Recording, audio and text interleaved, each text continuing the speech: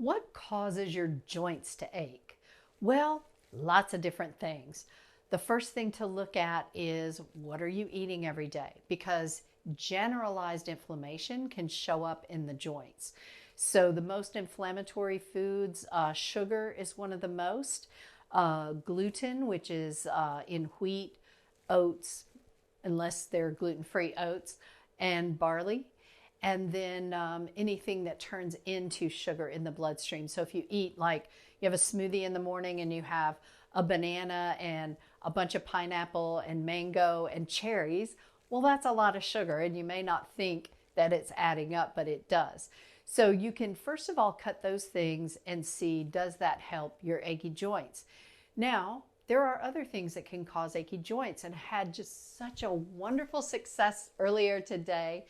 There is a client that I work with that was referred here by her chiropractor, and her joints, she is about 63 years old. She's a little bit younger than me.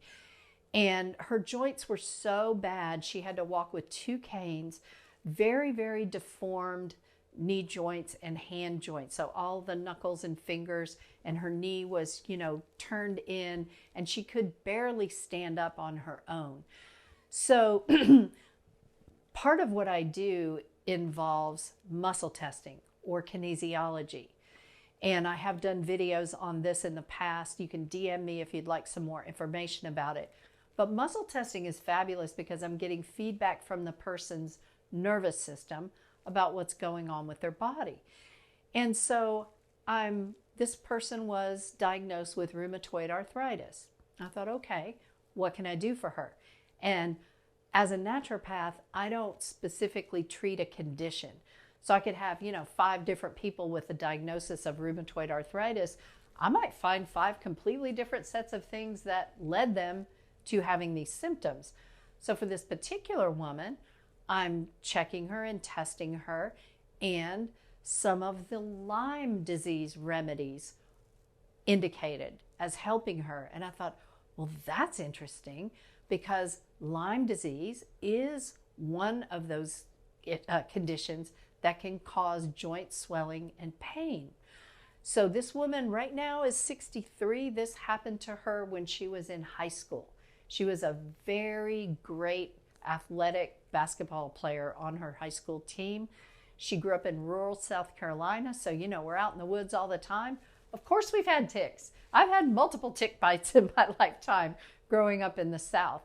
But no one thought to question, could her joint pain be Lyme disease?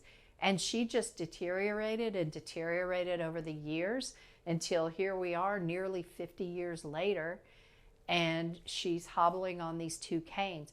Well, today, now don't get me wrong, she's not, perfect, but she's got no canes. She's walking so much better.